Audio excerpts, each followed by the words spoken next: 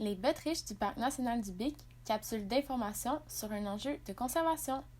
Mais qu'est-ce qu'un botriche? Un botriche est une petite fougère fédérale qui excède rarement 15 cm de hauteur et qui fait partie de la famille des Ophioglossaceae. Le botriche est composé d'un sporophore, la partie fertile de la plante qui émet des spores dans l'environnement pour la reproduction, et d'un trophophore, la partie photosynthétique de la fougère. Il existe donc deux sous-genres au sein du genre Botricium, soit Botricium et Septidium, tous deux dans la même famille, soit celle des Ophioglossaceae. On retrouve 8 espèces de botriches présentes sur le territoire du Parc national du Bic, soit Botricium lanceolatum, Botricium matricarifolium, Botricium simplex, Botricium spatulatum, Botricium michiganis, Botricium pallidum, Botricium manganis, ainsi que Septridium ultifidum. Au sein de ces espèces, certaines se voient attribuer des statuts particuliers reliés à leur situation allant d'espèces susceptibles d'être désignées vulnérables à susceptibles d'être désignées menacées. C'est le cas de Botricium spatulatum, Botricium michiganis, ainsi que Botricium pallidum. Toutefois, il est important de mettre au clair ce que définissent ces statuts afin de bien comprendre ce que ces désignations impliquent. Le Centre de données sur le patrimoine naturel du Québec, CDNPQ, établit ces catégories selon certains critères. Ainsi, on qualifie une espèce de vulnérable lorsque sa survie à moyen et long terme n'est pas assurée, que la dégradation de son environnement ou encore la régression de sa population se trouve possible. Par la suite, le statut au-dessus est celui de menacé. Pour celui-ci, il faut que l'espèce se trouve dans une situation d'extrême précarité, que son aire de répartition et ou la taille de sa population se voit restreinte, et finalement que s'il n'y a pas de mesures mises en place, sa situation risque de s'aggraver de manière irrémédiable. Au regard de ces critères, Botricium spatulatum est considéré susceptible d'être désigné menacé ou vulnérable au Québec et est candidate au niveau fédéral. Pourtant, sa population se voit restreindre au territoire du Parc national du Bic, tel qu'il est représenté par le point orange sur la carte. En plus, sa population subit un déclin rapide. Enfin, elle était considérée disparue du territoire québécois en 2008, mais fut redécouverte en 2020. Botricium michiganis se retrouve également seulement sur le territoire du Bic, visible par l'amalgame de points orange sur la carte. De surcroît, elle voit sa population subir un déclin sévère. Malgré cela, elle est tout de même seulement considérée susceptible d'être désignée menacée ou vulnérable au Québec et est candidate au niveau fédéral. Pour ce qui est de la population de Botricium pallidum, elle est stable pour l'instant, mais n'en reste pas moins susceptible d'être désignée au Québec et candidate au niveau canadien. Ces trois espèces de botriches n'ont, telles que représentées, très peu de mentions au Québec. Ce fait met en lumière leur rareté et par le fait même l'importance de préserver leur habitat au Parc national du Bic. Les botriches sont très sporadiques au sein du paysage et sont souvent retrouvées en groupe, et les botriches du parc du Bic ne font pas exception. Ces groupes, qu'on appelle colonies, sont composés de différentes espèces de botriches. Cette distribution grégaire est très particulière et rarement vue dans le règne végétal. C'est un peu comme si on se retrouvait dans une érablière composée de plusieurs espèces d'érables, par exemple. Ces colonies s'établissent généralement dans les espaces ouverts et modérément perturbés, tels que les prairies, sous les ouvertures dans le couvert forestier, et plus rarement aux abords des sentiers abandonnés ou des routes.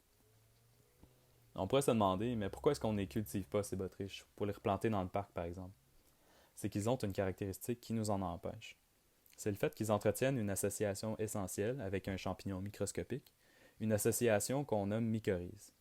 Celle-ci est impossible à reproduire en laboratoire, et qu'on le veuille ou non, rend impossible la cultivation des botriches en serre pour les replanter dans le parc du Bic. En plus de cela, les botriches poussent très lentement, ils ne produisent qu'une seule feuille par année, et peuvent prendre jusqu'à 8 ans pour accomplir un cycle de vie complet, ce qui fait qu'ils ne se remplacent que très lentement au sein du paysage.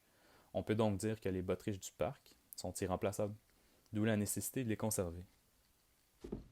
Même dans un milieu de conservation tel que le Parc national du Bic, les botriches font face à de nombreuses menaces.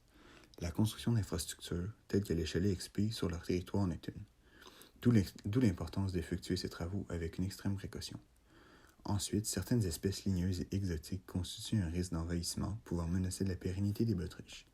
Bien évidemment, la circulation et le piétinement au sein du parc constituent un autre risque important. Et enfin, des phénomènes de sécheresse peuvent également venir affecter les botriches. Qui s'intéresse et étudie les botriches du Parc national du Bic? Une bien sympathique équipe de recherche en biologie à l'UQAR. Cette équipe de recherche est dirigée par Guillaume Delafontaine, professeur et titulaire de la chaire de recherche en biologie intégrative de la flore nordique.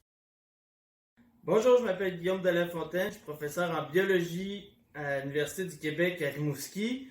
Depuis 2019, je fais, avec mon équipe, on fait un suivi annuel des bottriches au Parc national du Bic. L'objectif de faire ce suivi annuel, c'est de voir s'il y a des variabilités entre les années quant à l'effectif, donc le nombre d'individus et la diversité et la morphologie des bottriches. Et tout ça dans le but d'instaurer ou de suggérer, de proposer des stratégies de conservation qui sont bien ciblées sur cette petite fougère. Voilà.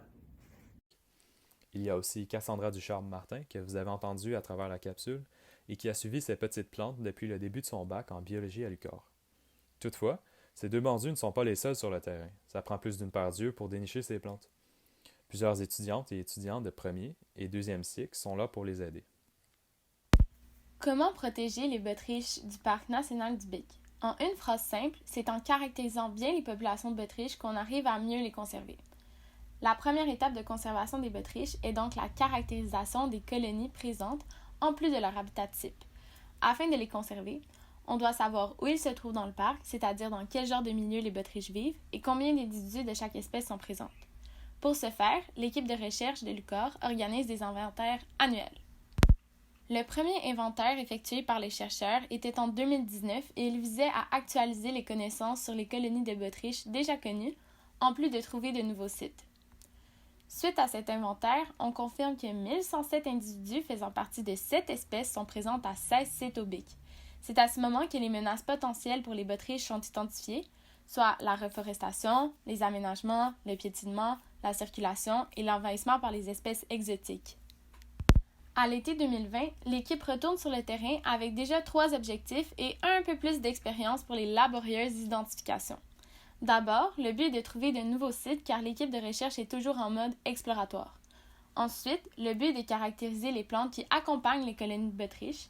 Et finalement, l'équipe veut comprendre la dynamique de fermeture des trouées dans lesquelles les bottriches vivent, afin de voir à long terme à quel rythme les arbres envahissent ces espaces et réduisent considérablement l'habitat des bottriches.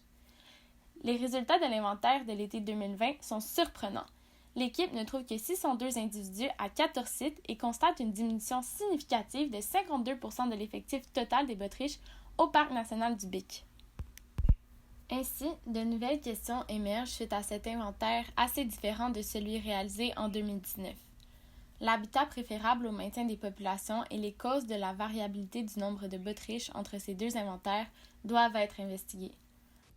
Plus tôt dans la présentation, il fut apporté que les sécheresses pouvaient être un facteur de risque aux populations de bottriches du Parc national du Bic. Un récent exemple vient tristement représenter ce fait, puisque le printemps 2020 fut témoin d'une sécheresse historique dans la région. En termes de millimètres de précipitations, le printemps 2020 reçut un mince 60 mm comparativement aux moyennes enregistrées de 140 mm auparavant, soit de 1973 à 2019. Certaines différences furent d'ailleurs observées durant cette saison particulière. Telle que le témoignent ces images comparatives, la répartition au printemps 2019 des bottriches sur leur habitat, représentée par la petite drapeau rose, se situe dans les ouvertures. Lors du printemps 2020, elles quittent l'ouverture pour se retrouver en bordure, à l'abri du soleil, soit sous les arbres. Un autre indice marquant de cette perturbation climatique fut le nombre important de bottriches secs qui furent répertoriés. La comparaison entre les données prises à l'été 2020 et celles de 2019 relève une importante variabilité interannuelle de l'effectif des bottriches au Parc national du Bic, possiblement reliée aux conditions météorologiques particulièrement sèches, mais de futures recherches sont nécessaires pour confirmer l'hypothèse. Face à ce phénomène particulier, une question se pose cependant, soit comment arriver à être certaine du rôle de la sécheresse dans la diminution du nombre de bottriches.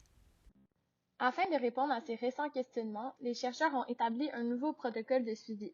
Cette nouvelle manière de réaliser l'échantillonnage sur le terrain permettra de vérifier l'impact des menaces potentielles identifiées, comme la sécheresse ou la reforestation. Ensuite, il sera possible de connaître la variabilité démographique interannuelle des bottriches afin de savoir si les populations de bottriches au parc sont en déclin, sont stables ou sont en croissance. Finalement, ce protocole permettra aussi de confirmer nos identifications souvent difficiles en raison de la variabilité morphologique très fréquente chez les bottriches. Le principe du suivi est assez simple. À différents sites au Parc national du Bic, des quadras seront formés et les botriches présents à l'intérieur seront marqués à l'aide d'une tige de métal. Les quadras pourront être disposés dans les ouvertures de la forêt ou encore au niveau du couvert forestier. Le nombre de botriches par quadra et les espèces seront notés. À chaque été, l'équipe retournera au site et notera les botriches qui sont réapparues. À long terme, ce protocole permettra d'avoir un portrait de chaque individu et de chaque population à travers les années. Le but, c'est donc de baser nos actions de conservation sur des données empiriques récoltées lors des inventaires.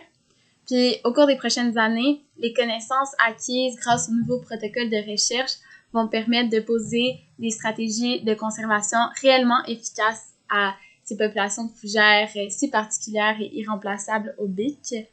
Ce projet-là s'inscrit dans l'objectif général des parcs nationaux au Québec de préserver la biodiversité. À la lumière de ce que vous connaissez maintenant sur les botriches, que pouvez-vous faire pour les protéger? Les botriches étant souvent retrouvées non loin des sites de camping, le passage fréquent de randonneurs ou de vacanciers sur les sites à risque entraîne une compaction du sol, phénomène qui dégrade l'habitat des botriches. Comme à chaque inventaire, de nouveaux sites contenant des botriches sont découverts, il est fort probable qu'il y en ait plusieurs qui nous soient encore inconnus. Et une colonie non identifiée, c'est une colonie qui est plus à risque d'être endommagée par piétinement. Ainsi, le meilleur moyen de protéger les botriches du Parc national du Bic est de rester à l'intérieur des sentiers et des zones désignées pour le camping.